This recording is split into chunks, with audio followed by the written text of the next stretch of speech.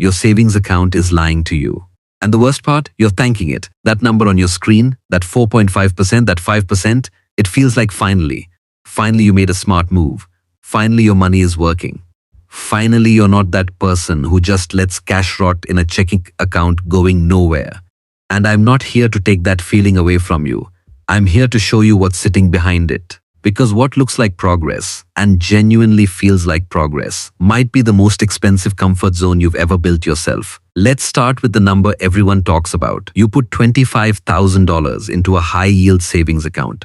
5% APY. End of year one, you've earned $1,250. That hits your account and it feels real. It feels earned. You didn't do anything. Money just appeared. But here's where the story gets complicated. Inflation right now is running between 3% and 4%. That $1, $250 you earned. Inflation already quietly consumed roughly $750 to $1,000 of its actual purchasing power, meaning the real-world value your money gained, what you can actually buy with it compared to a year ago, is somewhere between $250 and $500. Now add taxes. In the US, UK, Canada, Australia, interest income is taxed as ordinary income. Depending on your bracket, you might lose another 22% to 32% of that $1,250. So after taxes, you're keeping maybe $850 to $975. Run both numbers together, taxes and inflation, and your real actual purchasing power gain on $25,000 after a full year of discipline and patience is somewhere between $0 and $200. $200 on $25,000. That's not a savings strategy. That's a treadmill with really good marketing. Here's the part nobody in finance wants to say out loud because it sounds uncomfortable. The high-yield savings account was never designed to build your wealth. It was designed to hold your wealth temporarily while you figure out your next move. It's a waiting room, a very comfortable, very well-decorated waiting room, but a waiting room nonetheless. The problem is that waiting rooms are easy to fall asleep in. There's a psychological phenomenon researchers call the completion effect. When your brain performs an action that looks like financial responsibility, opening a new account, moving money somewhere smarter, watching a balance grow, it registers that action as an achievement. It fires a small dopamine reward. It marks the task done. And once your brain decides something is done, urgency disappears. You stop researching. You stop comparing. You stop asking whether something better exists. The mild satisfaction of 5% becomes a ceiling disguised as a flaw. This isn't a character flaw. This isn't laziness.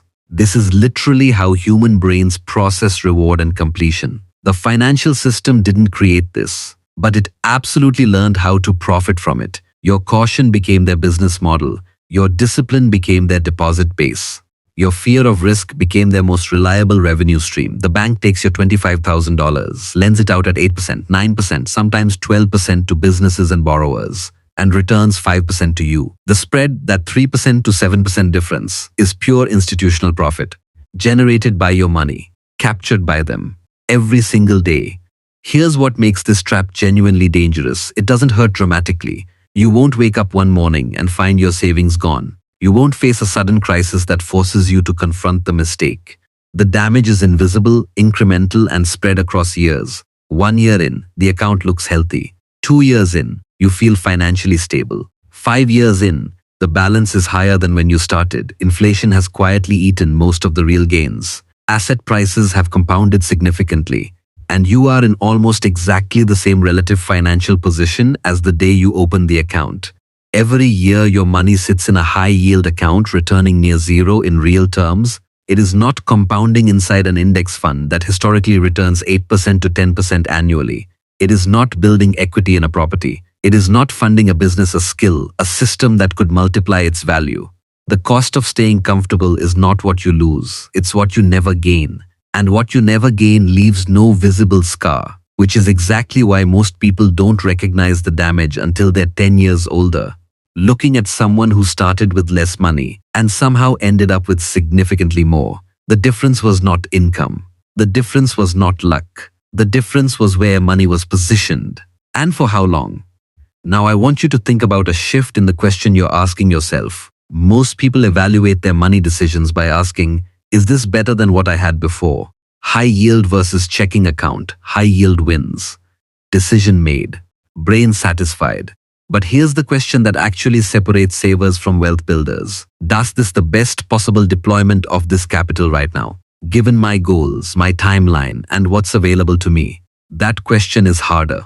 It requires research. It requires discomfort. It requires admitting that you might not have the full picture yet. But that question is also the exact question that leads to index funds, real estate equity, dividend-producing assets, business ownership, the vehicles that have historically produced the compounding returns that actually change lives. 5% feels responsible because it's being compared to 0.5%. But 5% feels entirely different when compared to 10%, 12%, or 15%, which are the historical averages of asset classes that millions of ordinary people access every single year with no special credentials, no insider knowledge, and no large initial capital.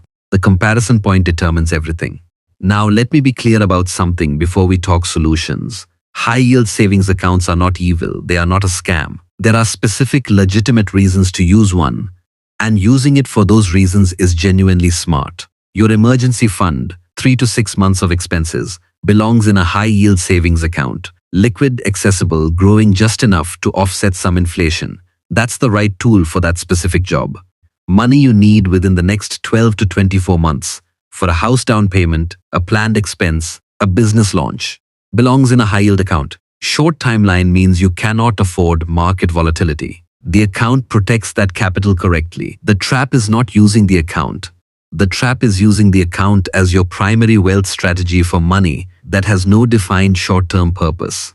If you have money sitting in a high-yield account beyond your emergency fund and beyond your short-term goals, money that has no job assigned to it, money that's just there because they feel safe, that money has a cost. Not a fee, not a charge. An invisible cost measured in years of compounding you're not accessing. The shift is not dramatic. It's not about abandoning safety. Emergency money, high-yield account, full stop. Long-term money, assets that compound, index funds, ETFs, real estate, ownership stakes in things that grow. The financially healthy version of this isn't choosing between safety and growth. It's being specific enough about what each pile of money is for. So you stop using a parking space as a permanent address.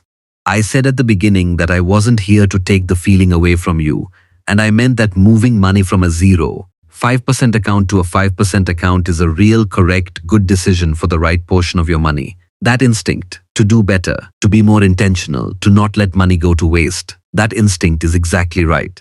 But instincts need information to become strategy. Saving and building wealth are different activities. Saving is preservation. Wealth is multiplication. You need both, but you cannot do one and call it the other. The high-yield savings account is the best savings tool available to most ordinary people. It is not a wealth-building vehicle.